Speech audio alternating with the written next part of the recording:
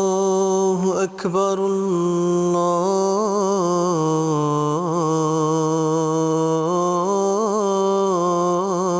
الله أكبر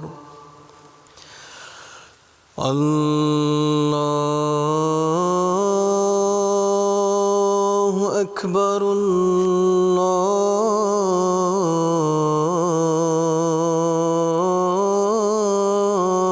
الله أكبر أشهد أن لا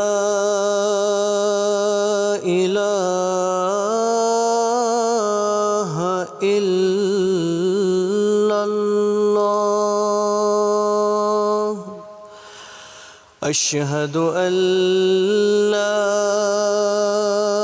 إله إلا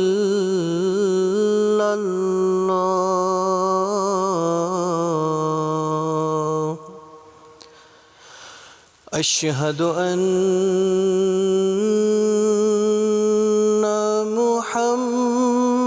محمدًا رسول الله أشهد أن محمدًا رسول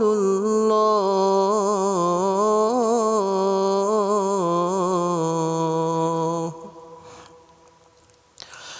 حي على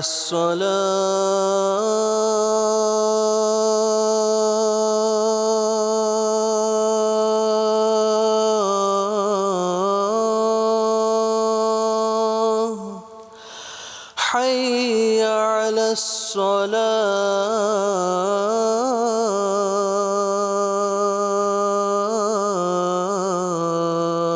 الصلاة حي على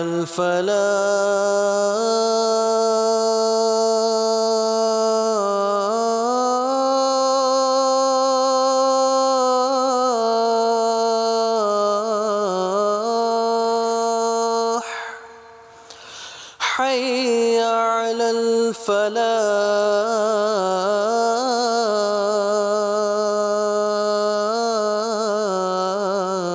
الفلاح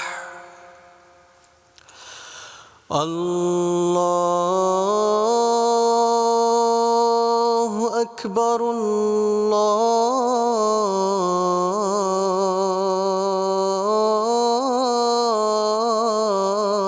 الله أكبر لا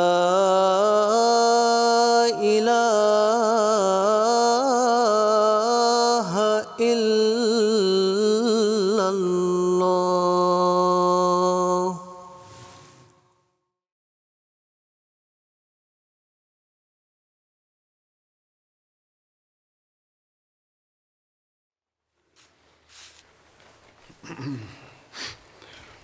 السلام علیکم ورحمۃ اللہ.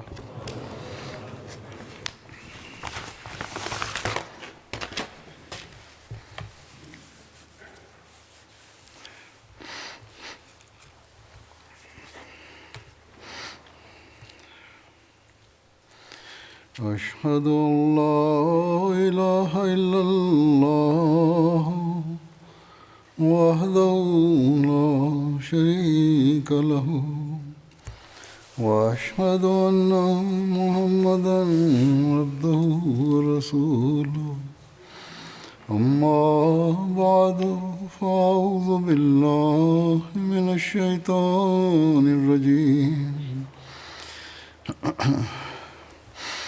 بسم الله الرحمن الرحيم الحمد لله رب العالمين الرحمن الرحيم مالك يوم الدين إياك نعبد وإياك نستعين اهدنا الصراط المستقيم صراط الذين أنعمت عليهم غير المغضوب عليهم ولا الضالين.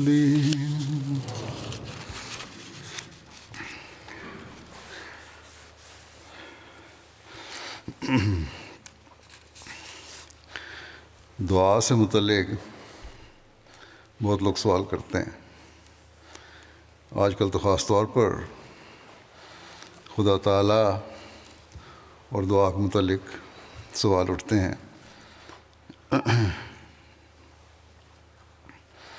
جبکہ باقاعدہ ایک منصوبہ بندی کے تحت دہریت کے حامی بھرپور حملہ خدا تعالیٰ کی ذات پر اور مذہب پر کر رہے ہیں. مختلف ذریعوں سے انسان کو خدا اور مذہب سے دور کرنے کی کوشش کی جا رہی ہے. شیطان انسان سے ہمدردی کا لبادہ اوڑھ کر اسے دین اور خدا تعالیٰ سے دور کرنے کی کوشش کر رہا ہے. ایسے حالات میں ہمارے لوگوں پر بھی بعض جگہ اور بعض دفعہ یہ شیطانی خیالات اثر ڈال دیتے ہیں، یا دنیا داروں اور مذہب کے خلاف چلنے والوں کی باتیں انہیں مذہب کے بارے میں اور خدا تعالیٰ کے بارے میں، عبادت کے بارے میں بے چینیاں پیدا کرنی شروع کر دیتی ہیں. شبہات دل میں پیدا ہونے شروع ہو جاتے ہیں جو کم علم ہوتے ہیں. اگر کبھی کسی ابتلا سے گزرے یا ناکامیوں کا سامنا کرنا پڑا تو کمزور ایمان والوں اور کم علم والوں کو فوراً یہ خیال آنے لگ جاتا ہے کہ یا تو مذہب غلط ہے جس پر ہم لوگ قائم ہیں،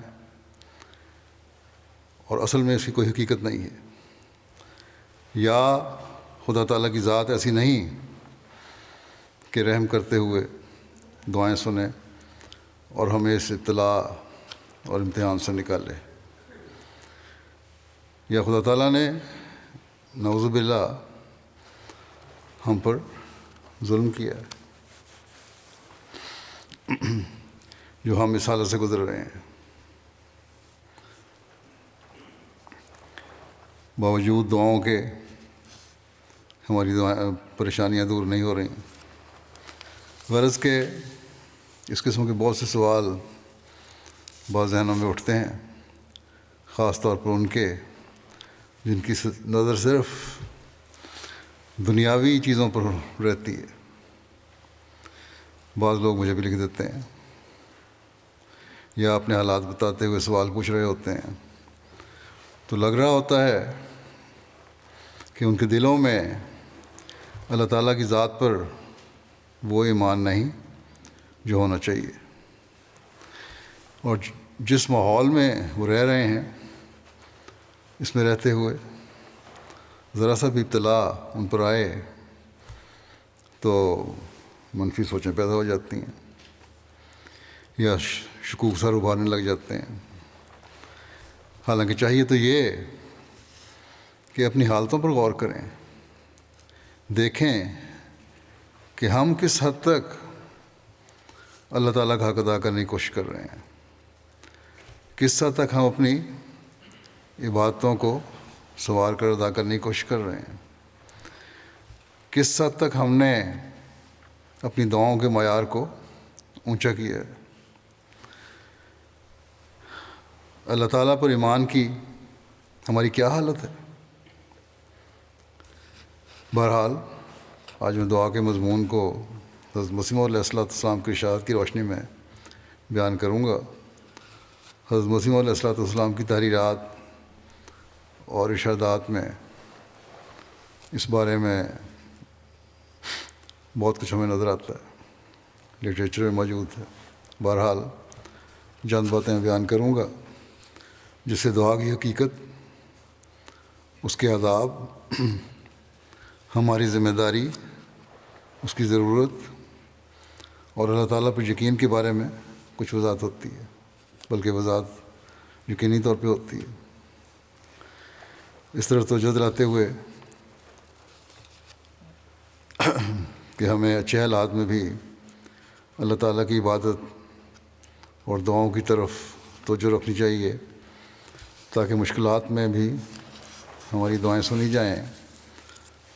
حضرت اقدس مسیح موعود علیہ السلام فرماتے ہیں کہ اللہ کا رحم ہے اس شخص پر جو امن کی حالت میں اسی طرح ڈرتا ہے جس طرح کسی مصیبت کے وارد ہونے پر ڈرتا ہے۔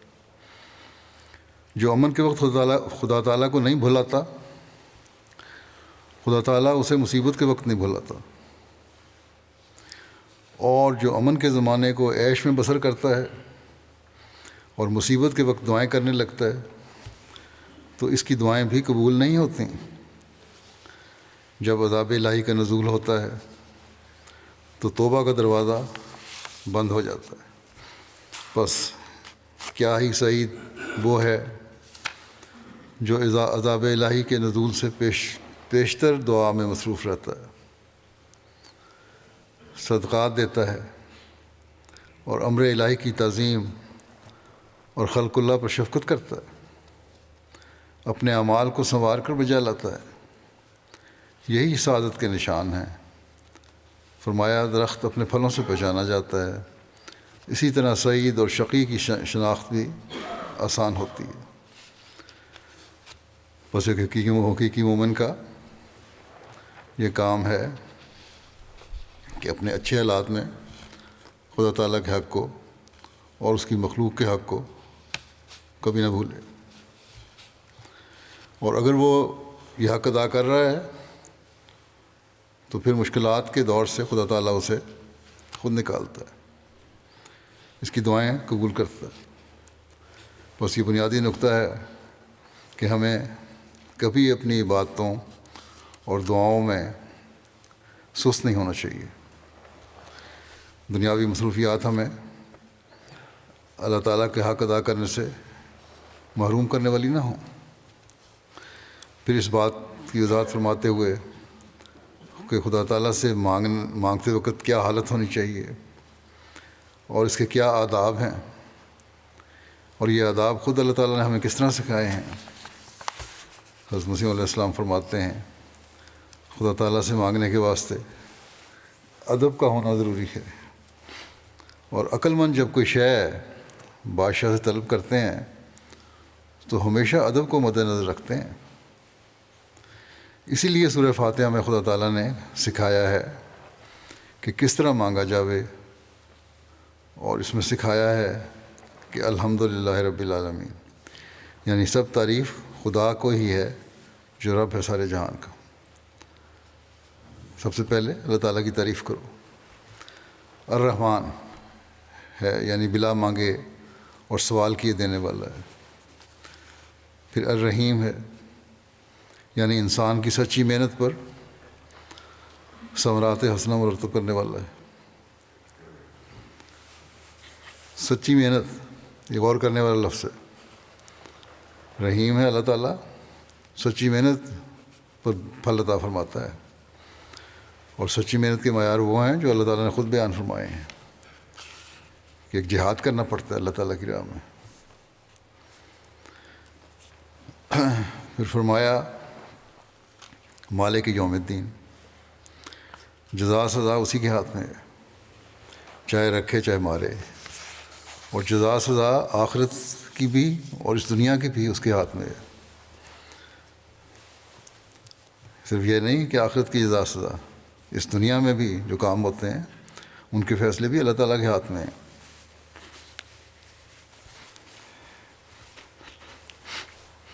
فرمایا کہ جب اس قدر تعریف انسان کرتا ہے تو اسے خیال آتا ہے کتنا بڑا خدا ہے جو کہ رب ہے، رحمان ہے، رحیم ہے، اسے غائب مانتا چلا آ رہا ہے اور اسے حاضر جان کر پکارتا ہے۔ یہ باتیں تو غائب کی ہیں، پھر یہ سمجھتا ہے کہ اللہ تعالیٰ حاضر ہے، اور حاضر جان کر کیا پکارتا ہے ایاک نعبد و ایاک نستعین، کہ اللہ ہم تیری عبادت کرتے ہیں یا ہم عبادت کرنا چاہتے ہیں اور تجھ سے مدد مانگتے ہیں اس کے لیے۔ اہدنا الصراط المستقیم، یعنی ایسی راہ جو کہ بالکل سیدھی ہے، اس میں کسی قسم کی کجی نہیں ہے۔ ایک راہ اندھوں کی ہوتی ہے کہ محنتیں کر کر کے تھک جاتے ہیں اور نتیجہ کچھ بھی نہیں نکلتا، اور ایک وہ راہ کہ محنت کرنے سے اس پر نتیجہ مرتب ہوتا ہے۔ پھر آگے صراط الذین انعمت علیہم، یعنی ان لوگوں کی راہ جن پر تو نے انعام کیا، اور وہی صراط مستقیم ہے جس پر چلنے سے انعام مرتب ہوتے ہیں۔ پھر غیر المغضوب علیہم، نہ ان لوگوں کی جن پر تیرا غضب ہوا، اور ولا الضالین، اور نہ ان کی جو دور جا پڑے ہیں، گمراہ ہو گئے۔ فرمایا کہ اہدنا الصراط المستقیم سے کل دنیا اور دین کے کاموں کی راہ مراد ہے۔ مثلا ایک طبیب ہے، جب کسی کا علاج کرتا ہے تو اسے ایک صراط مستقیم ہاتھ نہ آوے، علاج نہیں کر سکتا۔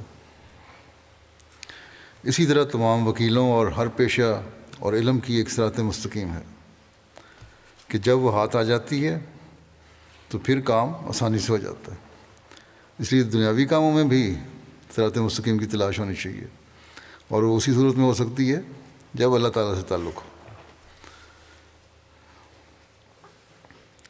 اب جس مجلس میں بیان فرما رہے تھے یہ، وہاں ایک صاحب نے اعتراض کیا کہ انبیاء کو اس دعا کی کیا ضرورت تھی؟ یہ تو عام آدمیوں کے لیے دعا ہے، انبیاء کو کیا ضرورت ہے اس دعا کی؟ نبی کریم صلی اللہ علیہ وسلم کیوں کرتے تھے؟ وہ تو پیشتر سے ہی صراط مستقیم پر ہوتے ہیں۔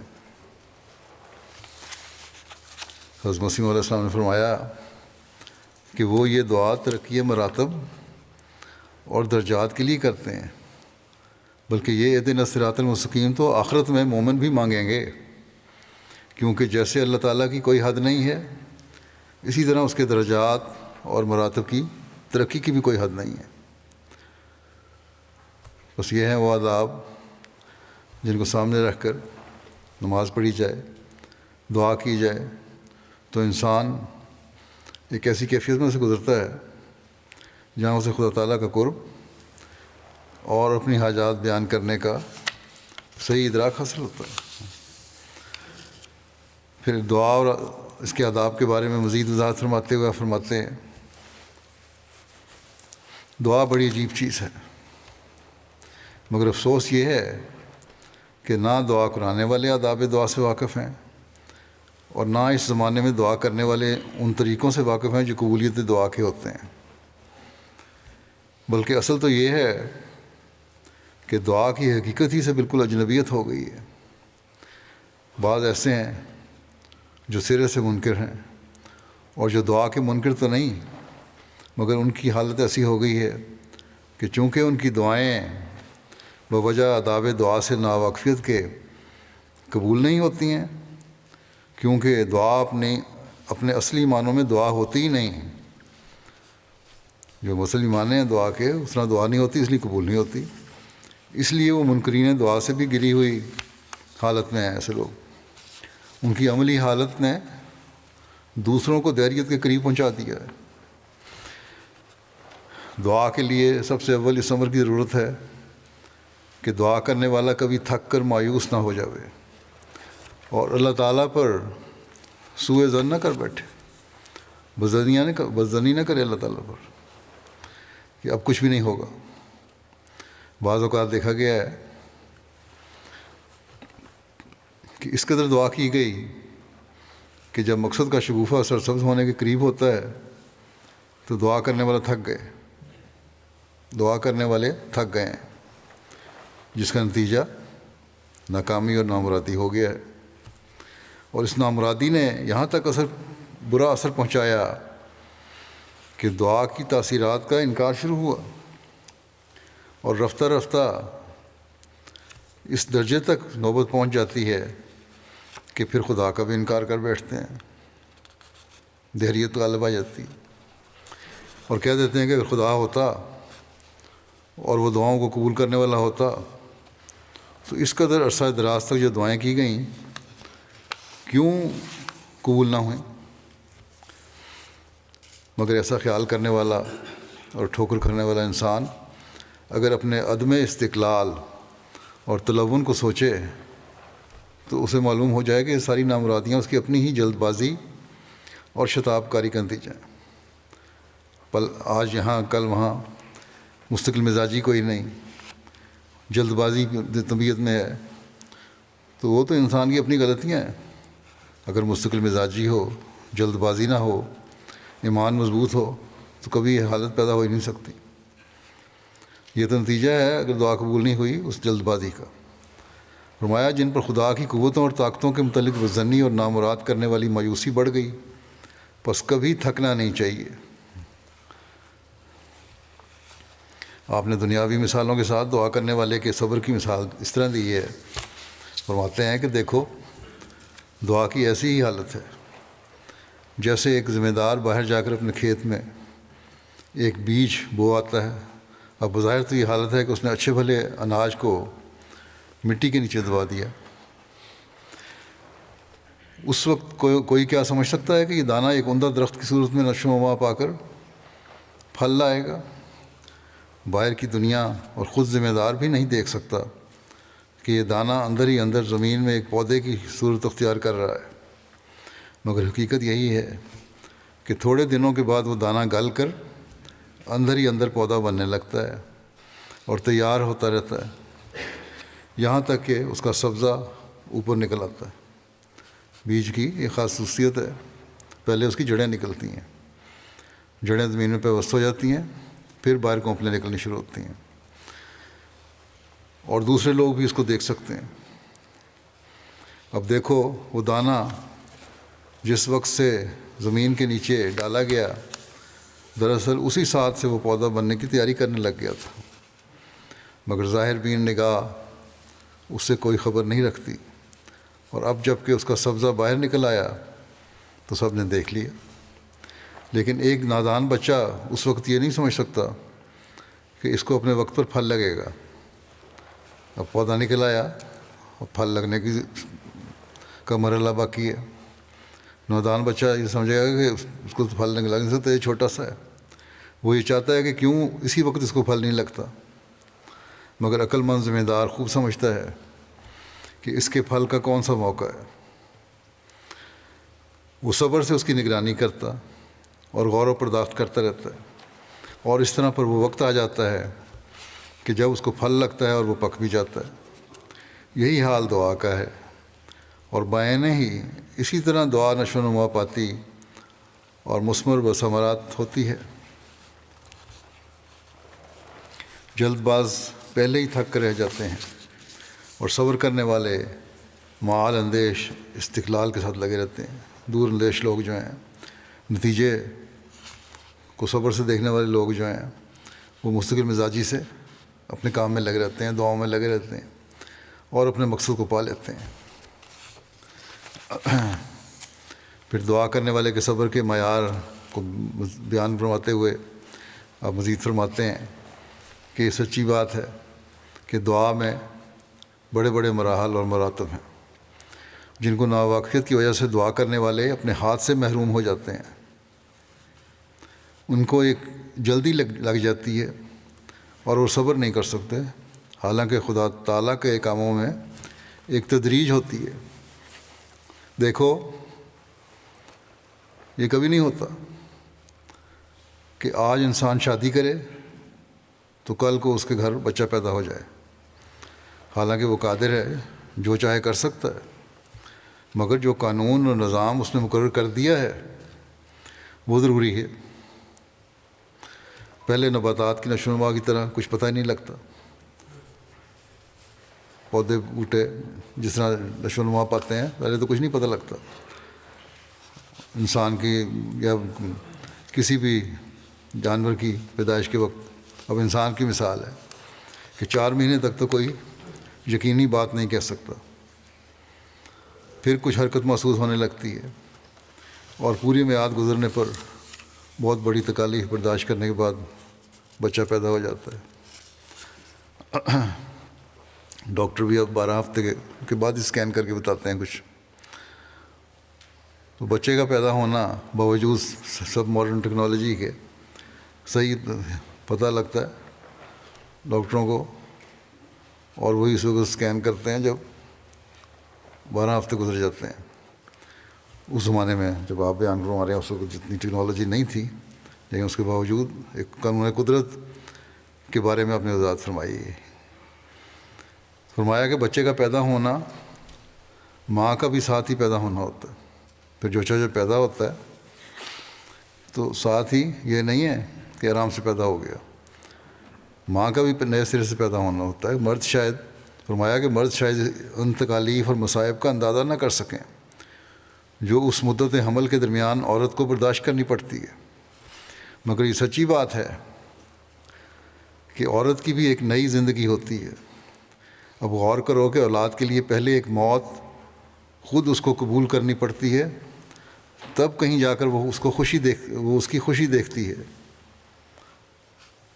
اسی طرح پر دعا کرنے والے کے لیے ضروری ہوتا ہے کہ وہ تلون اور عجلت کو چھوڑ کر ساری تکلیفوں کو برداشت کرتا رہے، جلد بازی نہ کرے، تکلیفوں کو برداشت کرے، دعا میں لگا رہے، اور کبھی بھی یہ وہم نہ کرے کہ دعا قبول نہیں ہوئی۔ آخر آنے والا زمانہ آ جاتا ہے، دعا کے نتیجے کے پیدا ہونے کا وقت پہنچ جاتا ہے، جب کہ گویا مراد کا بچہ پیدا ہوتا ہے۔ دعا کو پہلے ضروری ہے کہ اس مقام اور اس حد تک پہنچاوے جہاں پہنچ کر وہ نتیجہ خیز ثابت ہوتی ہے۔ دعا کو اس معیار تک لے جانا ضروری ہے پہلے۔ فرمایا کہ جس طرح پر آتشی شیشے کے نیچے کپڑا رکھ دیتے ہیں اور سورج کی شعائیں اس شیشے پر آ کر جمع ہوتی ہیں اور ان کی حرارت اور حدت اس مقام تک پہنچ جاتی ہے جو اس کپڑے کو جلا دے، پھر یکایک وہ کپڑا جل اٹھتا ہے، اسی طرح پر ضروری ہے کہ دعا اس مقام تک پہنچے جہاں اس میں وہ قوت پیدا ہو جاوے کہ نامرادیوں کو جلا دے اور مقصد مراد کو پورا کرنے والی ثابت ہو جاوے۔ بس ہر دعا کرنے والے کو اپنے جائزے سے خود ہی پتہ چل جائے گا کہ اس نے یہ معیار حاصل کیا ہے یا نہیں۔ آپ فرماتے ہیں فارسی کی مثال دیتے ہوئے اس طرح کی، پیدا اس ندارا کہ بلند اس جنابت، کہ پکار سے ظاہر ہے کہ تیری بارگاہ بہت بلند ہے۔ اللہ تعالیٰ کے بارے میں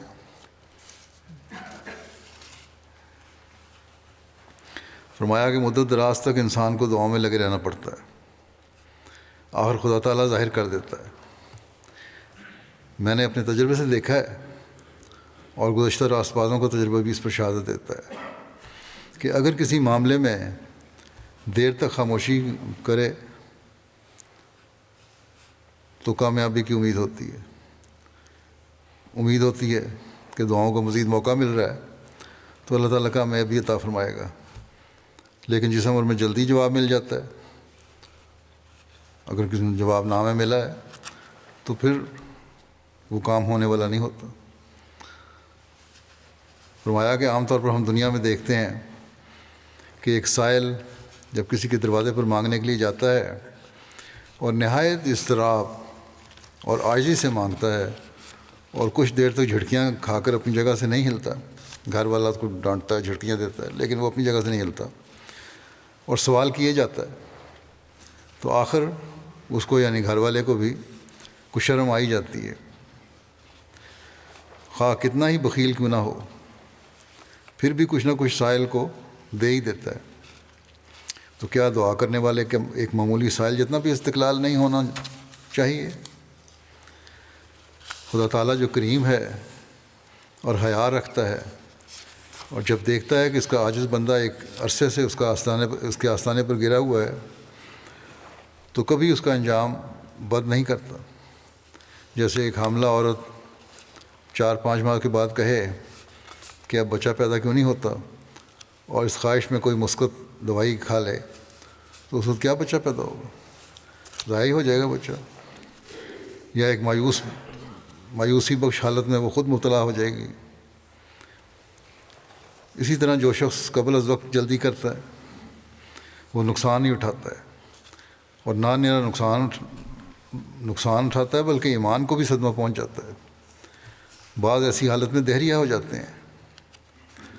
فرماتے ہیں کہ ہمارے گاؤں میں ایک نجار تھا، ترکھان تھا، اس کی عورت بیمار ہوئی اور آخر وہ مر گئی۔ اس نے کہا اگر خدا ہوتا تو میں نے اتنی دعائیں کی تھیں وہ قبول ہو جاتی اور میری عورت نہ مرتی۔ اس طرح پر وہ دہریہ ہو گیا۔ فرمایا لیکن سعید اگر اپنے صدق اور اخلاص سے کام لے تو اس کا ایمان بڑھتا اور سب کچھ ہو بھی جاتا ہے۔ زمین کی دولتیں خدا تعالیٰ کے آگے کیا چیز ہیں؟ وہ ایک دم میں سب کچھ کر سکتا ہے۔ فرمایا کیا دیکھا نہیں کہ اس نے اس قوم کو جس کو کوئی جانتا بھی نہ تھا بادشاہ بنا دیا۔ عرب کے بدو کیا تھے، لوگ کیا تھے، دنیا میں حکومت کی انہوں نے، اور بڑی بڑی سلطنتوں کو ان کا تابع فرمان بنا دیا اور غلاموں کو بادشاہ بنا دیا۔ انسان اگر تقوی اختیار کرے، خدا تعالیٰ کا ہو جاوے، تو دنیا میں اعلیٰ درجے کی زندگی ہو، مگر شرط یہی ہے کہ صادق اور جواں مرد ہو کر دکھائے، دل متزلزل نہ ہو اور اس میں کوئی آمیزش ریاکاری اور شرک کی نہ ہو۔ ابراہیم علیہ السلام میں وہ کیا بات تھی جس نے ان کو ابو الملت اور ابو الحنفاء قرار دیا، اور خدا تعالیٰ نے اس کو اس قدر عظیم شان برکتیں دیں کہ شمار میں نہیں آ سکتی۔ یہی صدق اور اخلاص تھا۔ دیکھو ابراہیم علیہ السلام نے ایک دعا کی تھی کہ اس کی اولاد میں سے عرب میں ایک نبی ہو، پھر کیا وہ اسی وقت قبول ہو گئی؟ ابراہیم کے بعد ایک عرصے دراز تک کسی کو خیال بھی نہیں آیا کہ اس دعا کا کیا اثر ہوا، لیکن رسول اللہ صلی اللہ علیہ وسلم کی بعثت کی صورت میں وہ دعا پوری ہوئی، اور پھر کس چاند کے ساتھ پوری ہوئی۔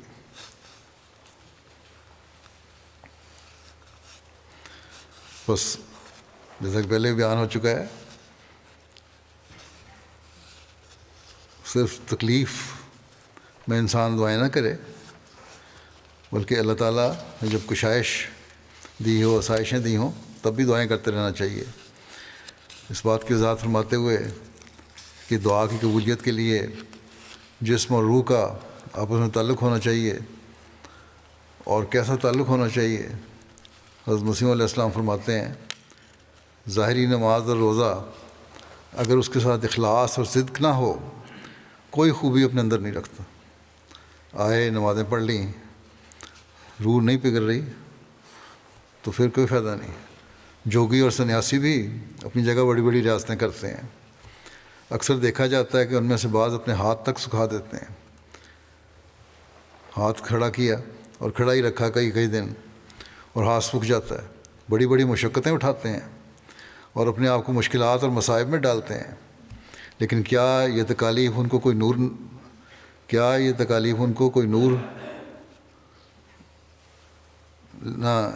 لیکن یہ تکالیف ان کو کوئی نور نہیں بخشتی، اور نہ کوئی سکینت اور اطمینان ان کو ملتا ہے، بلکہ اندرونی حالت ان کی خراب ہوتی ہے۔ وہ بدنی ریاست کرتے ہیں جس کو اندر سے کم تعلق ہوتا ہے، اور کوئی اثر ان کی روحانیت پر نہیں پڑتا۔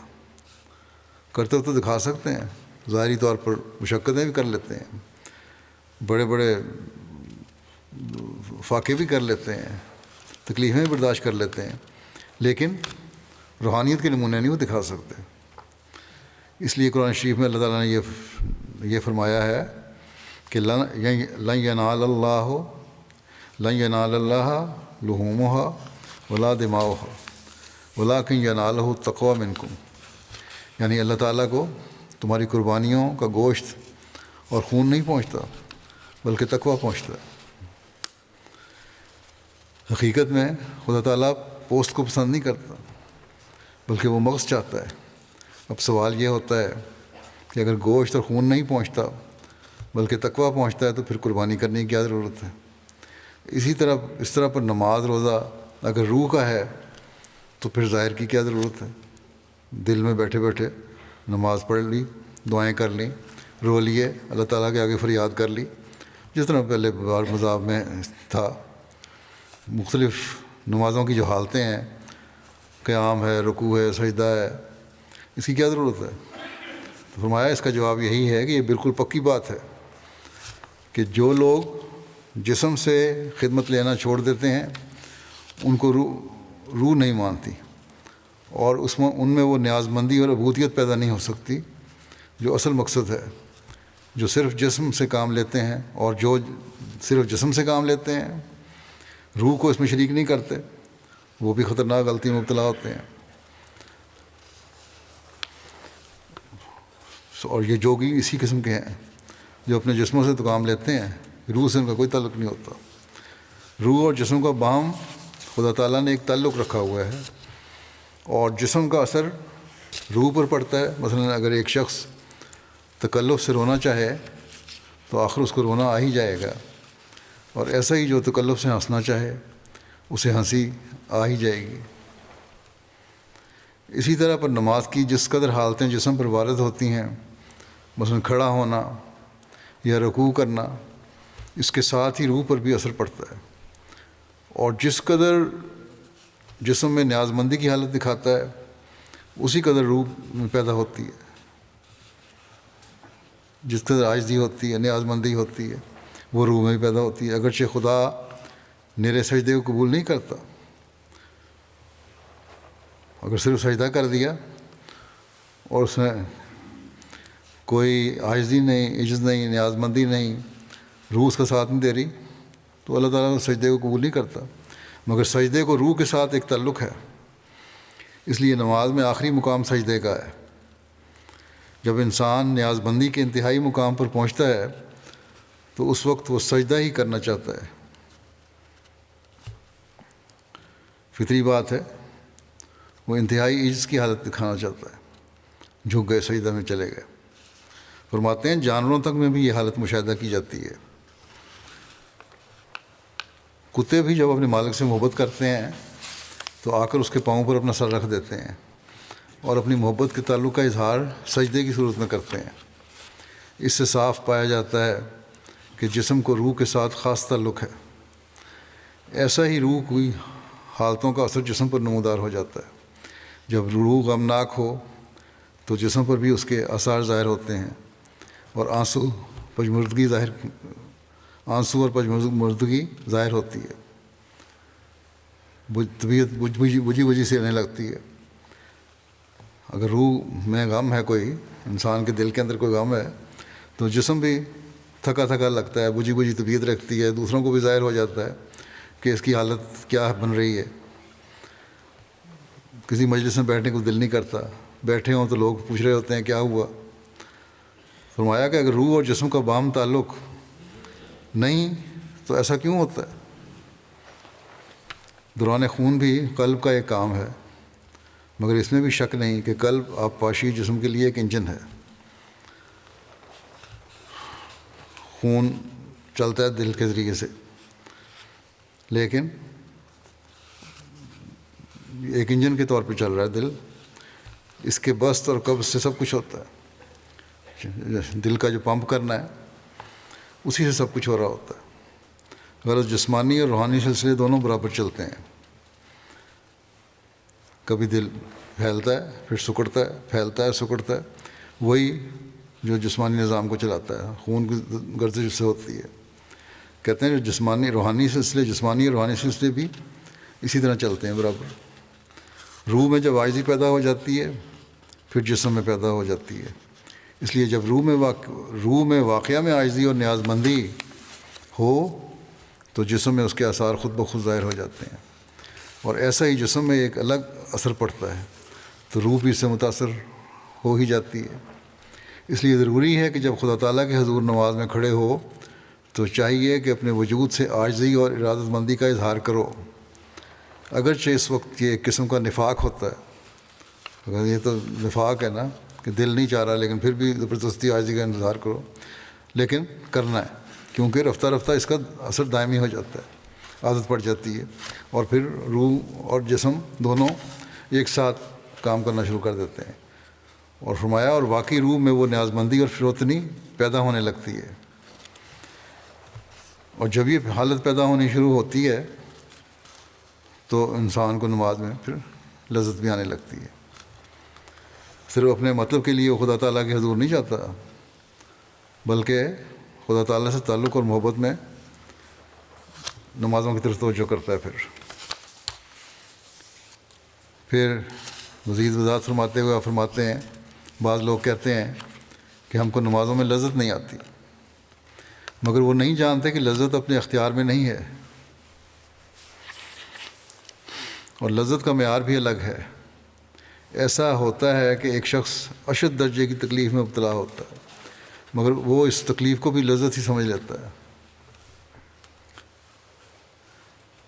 اب ان دنوں میں جب یہ بیان فرما رہے تھے، ٹرانسوال میں آزادی کی لڑائی ہو رہی تھی، کہتے ہیں ٹرانسوال میں جو لوگ لڑتے ہیں اس کی مثال دے رہے ہیں آپ، باوجود ہے کہ اس میں جانیں جاتی ہیں اور عورتیں بیوہ اور بچے یتیم ہوتے ہیں، مگر قومی حمیت اور پاسداری ان کو ایک لذت اور سرور کے ساتھ موت کے منہ میں لے جا رہی ہے۔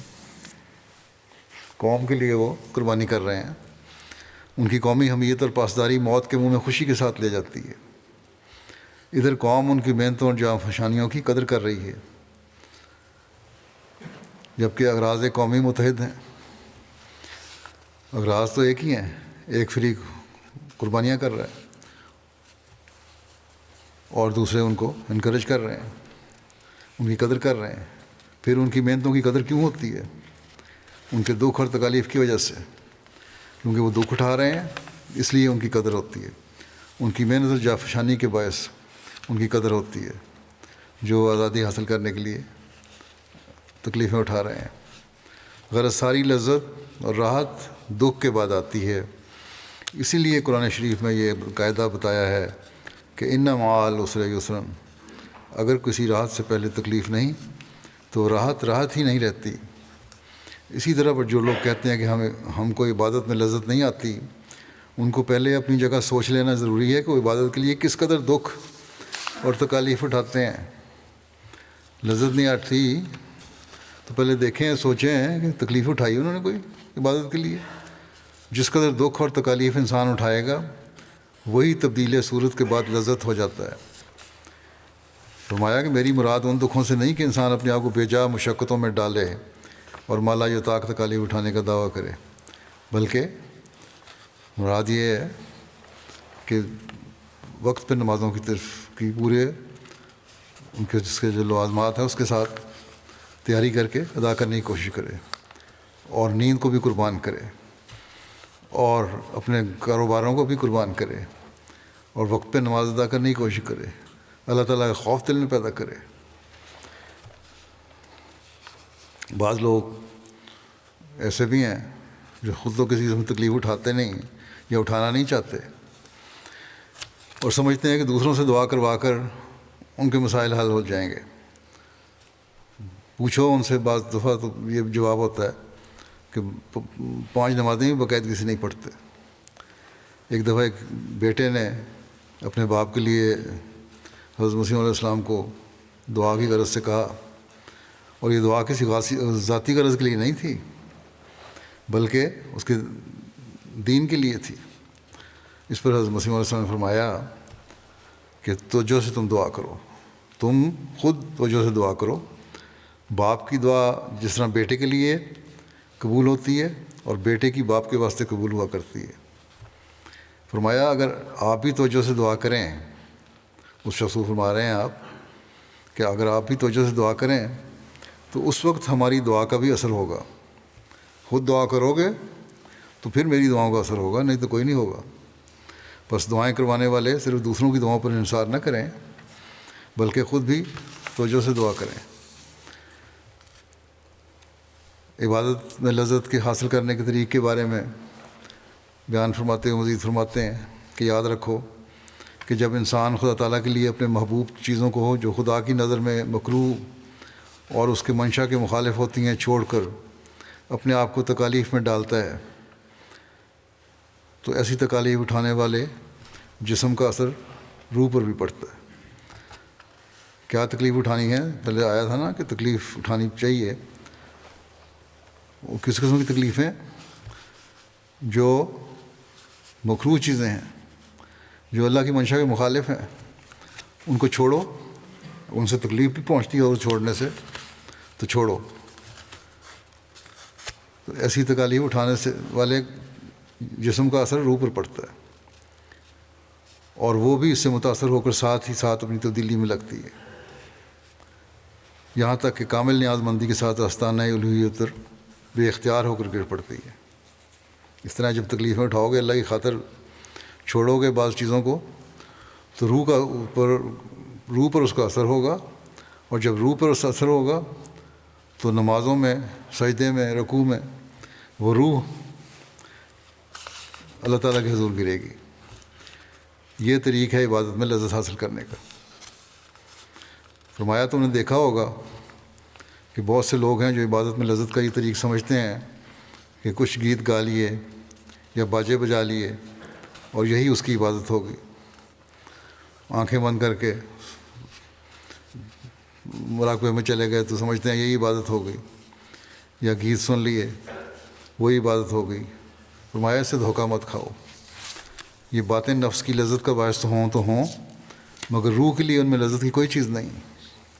ان سے روح میں فروتنی اور انکسار کے جوہر پیدا نہیں ہوتے اور عبادت کا اصل منشا گم ہو جاتا ہے۔ فرمایا کہ طوائف کی محفلوں میں بھی ایک آدمی ایسا مزہ حاصل کرتا ہے تو کیا وہ عبادت کی لذت سمجھی جاتی ہے؟ یہ باریک بات ہے جس کو دوسری قومیں سمجھ ہی نہیں سکتی کیونکہ انہوں نے عبادت کی اصل غرض اور غایت کو سمجھا ہی نہیں۔ حضرت ابراہیم علیہ السلام کی وفا اور آپ اپنے آپ کو تکلیف میں خدا تعالیٰ کی خاطر ڈالنے اور اس کے نتیجے میں اللہ تعالیٰ کے سلوک کی مثال دیتے ہوئے فرماتے ہیں خدا تعالیٰ کا قرب حاصل کرنے کی راہ یہ ہے کہ اس کے لیے صرف دکھلایا جائے۔ حضرت ابراہیم علیہ السلام نے جو قرب حاصل کیا تو اس کی وجہ یہی تھی، چنانچہ فرمایا وہ ابراہیم الذی وفا، ابراہیم وہ ابراہیم ہے جس نے وفاداری دکھائی۔ خدا تعالیٰ کے ساتھ وفاداری اور صدق اور اخلاص دکھانا ایک موت چاہتا ہے۔ جب تک انسان دنیا اور اس کی ساری لذتوں اور شوقوں پر پانی پھیر دینے کو تیار نہ ہو جاوے اور ہر ذلت اور سختی اور تنگی خدا کے لیے گوارا کرنے کو تیار نہ ہو، یہ صفت پیدا نہیں ہو سکتی۔ بت پرستی یہی نہیں کہ انسان کسی درخت یا پتھر کی پرستش کرے، بلکہ ہر ایک چیز جو اللہ تعالیٰ کے قرب سے روکتی اور اس پر مقدم ہوتی ہے وہ بت ہے، اور اس قدر بت انسان اپنے اندر رکھتا ہے کہ اس کو پتہ بھی نہیں لگتا کہ میں بت پرستی کر رہا ہوں۔ بس جب تک خالص خدا تعالیٰ ہی کے لیے نہیں ہو جاتا اور اس کی راہ میں ہر مصیبت کی برداشت کرنے کے لیے تیار نہیں ہوتا، صدق اور اخلاص کا رنگ پیدا ہونا مشکل ہے۔ ابراہیم علیہ السلام کو جو یہ خطاب ملا یہ یوں ہی مل گیا تھا؟ نہیں، ابراہیم الذی وفا کی آواز اس وقت آئی جب کہ وہ بیٹے کی قربانی کے لیے تیار ہو گیا۔ اللہ تعالیٰ عمل کو چاہتا اور عمل ہی سے راضی ہوتا ہے، اور عمل دکھ سے آتا ہے، لیکن جب انسان خدا تعالیٰ کے لیے دکھ اٹھانے کو تیار ہو جاوے تو خدا تعالیٰ اس کو دکھ میں بھی نہیں ڈالتا۔ دیکھو ابراہیم علیہ السلام نے جب اللہ تعالیٰ کے حکم کی تعمیل کے لیے اپنے بیٹے کو قربان کر دینا چاہا اور پوری تیاری کر لی تو اللہ تعالیٰ نے اس کے بیٹے کو بچا لیا۔ وہ آگ میں ڈالے گئے لیکن آگ میں ان پر کوئی اثر نہ کر سکی۔ اللہ تعالیٰ کی راہ میں تکلیف اٹھانے کو تیار ہو جاوے تو خدا تعالیٰ تکالیف سے بچا لیتا ہے۔ ہمارے ہاتھ میں جسم تو ہے، روح نہیں ہے۔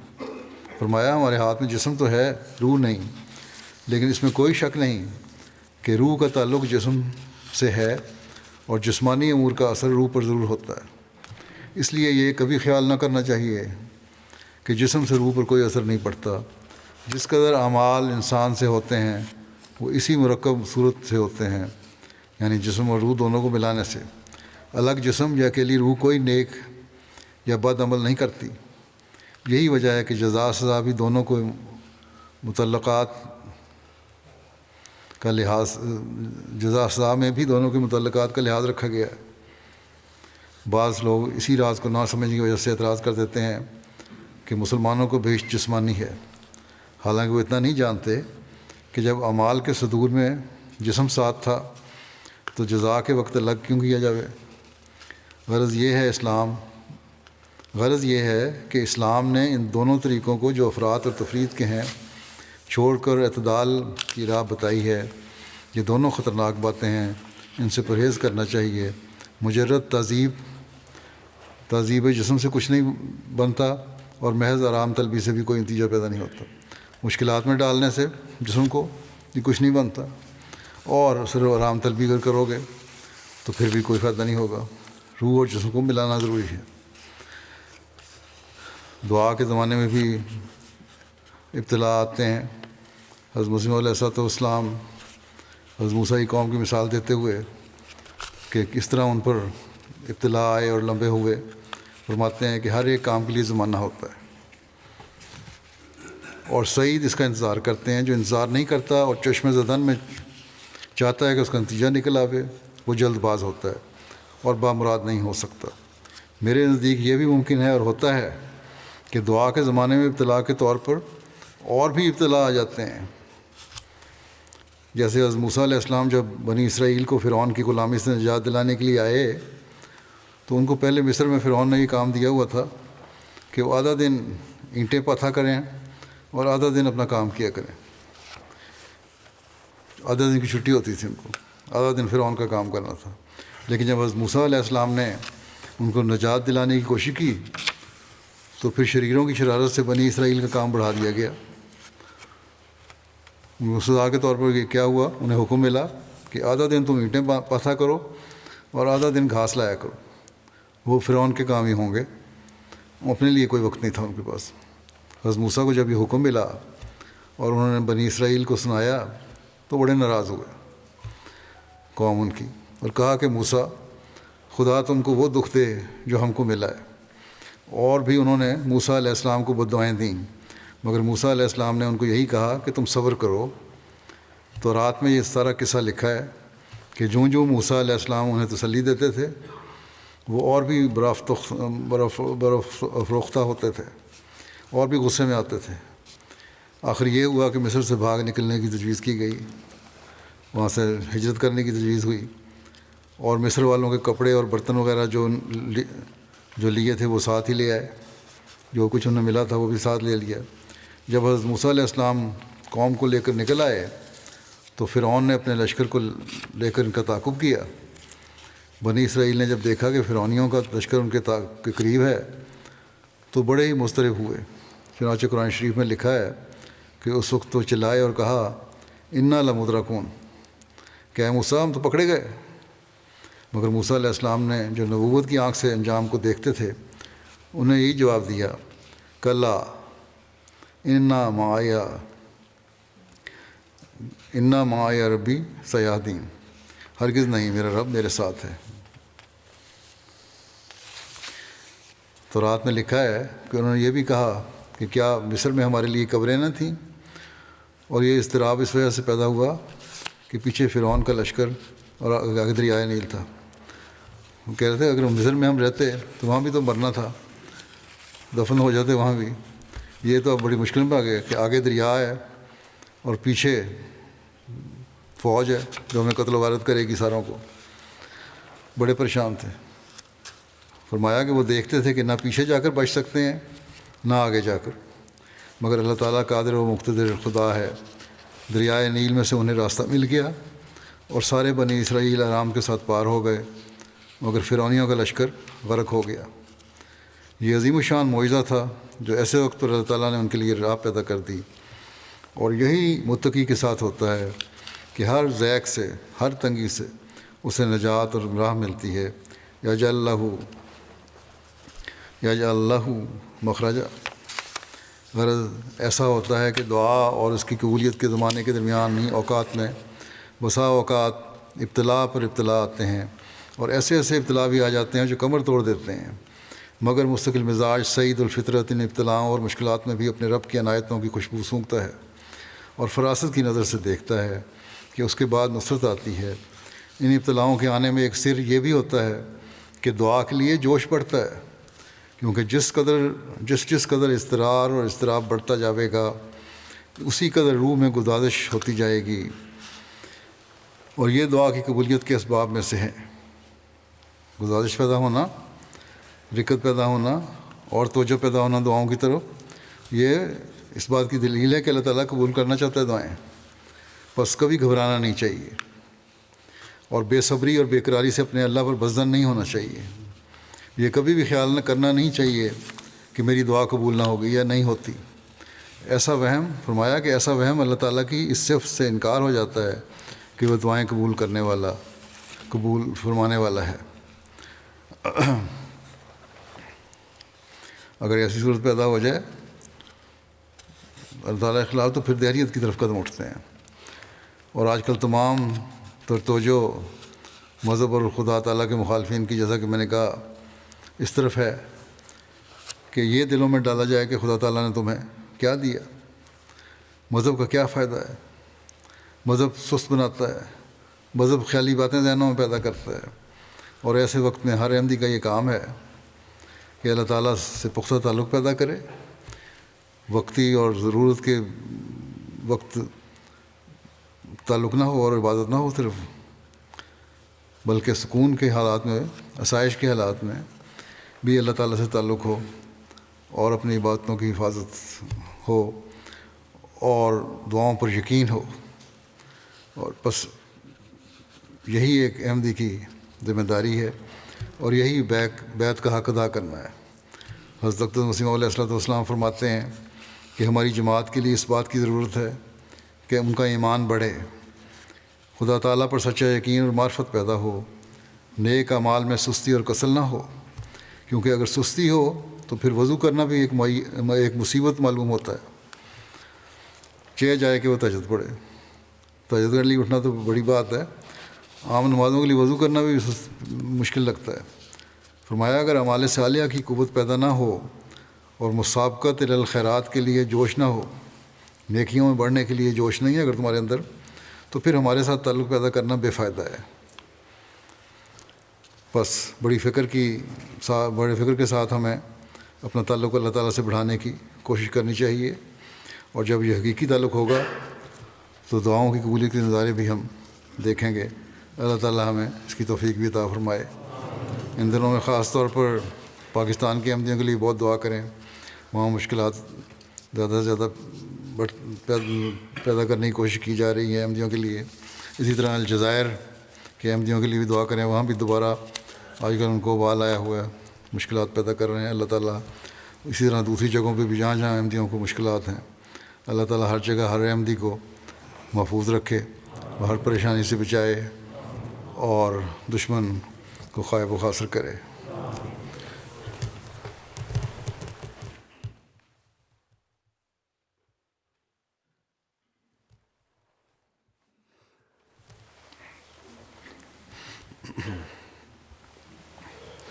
الحمد للہ نحمده ونستعینه ونستغفره ونؤمن به ونتوکل علیہ ونعوذ باللہ من شرور انفسنا ومن سیئات اعمالنا من يهده الله فلا مضل له ومن يضلل فلا هادي له ونشهد أن لا إله إلا الله ونشهد أن محمدا عبده ورسوله عباد الله رحمكم الله إن الله يأمر بالعدل والإحسان وإيتاء ذي القربى وينهى عن الفحشاء والمنكر والبغي يعظكم لعلكم تذكرون اذكروا الله يذكركم وادعوه يستجب لكم ولذكر الله أكبر